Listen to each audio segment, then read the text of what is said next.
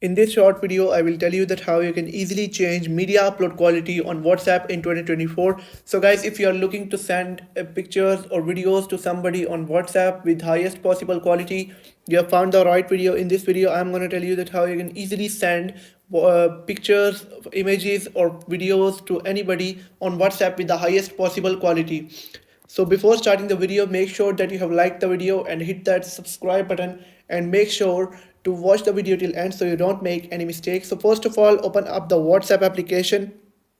Now once you're on this page, you will have to choose the conversation to whom you want to send that um, you mean that picture or video. So just tap on plus icon on the bottom left and then tap on photos. Now you'll have to select any one of these photos. For example, I will select this one. Now once you're on this page, so now I'll go back and I will look for another photo, like for example like this.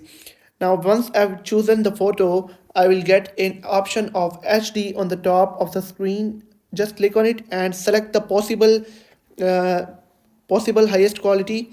Click on HD and then send this photo to the contact that you want to, and it will be sent with the highest possible quality on WhatsApp. If you have found the video helpful, make sure to like the video and hit that subscribe button. And if you have